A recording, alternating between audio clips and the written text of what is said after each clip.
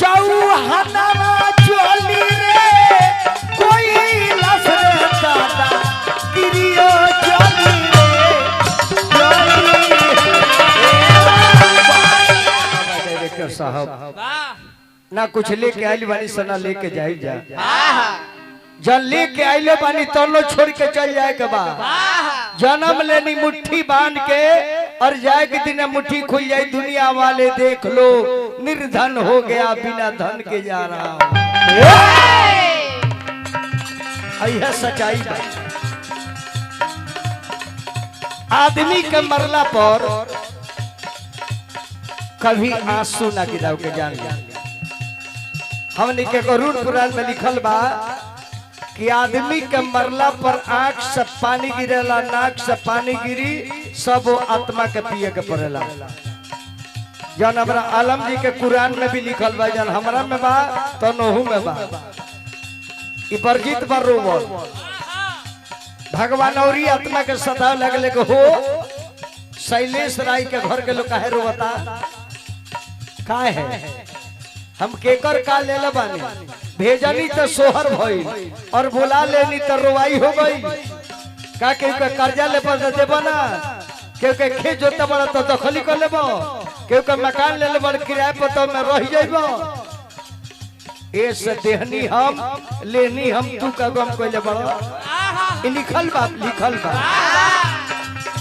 ऐसे दुनिया में कुछ नहीं है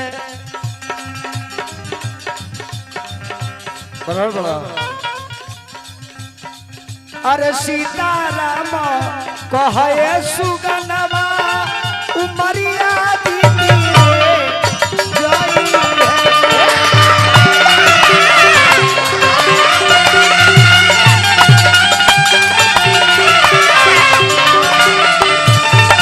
अरे राधे श्यामा कहे मयनवा उमरिया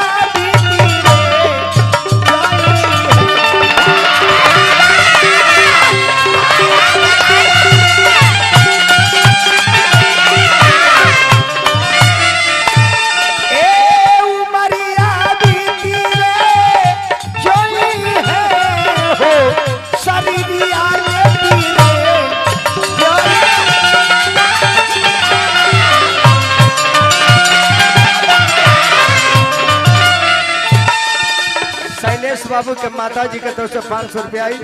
मतवा का अभिनंदन बा अरे राधे श्यामा बोला ये सुगनवा मोटरियो छुटी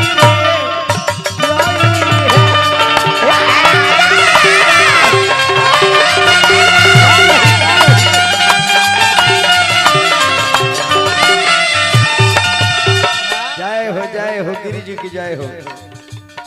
बहुत बहुत ये देखिए हमारे छोट भाई है के कुछ लेके गलबे के लेके गइल बा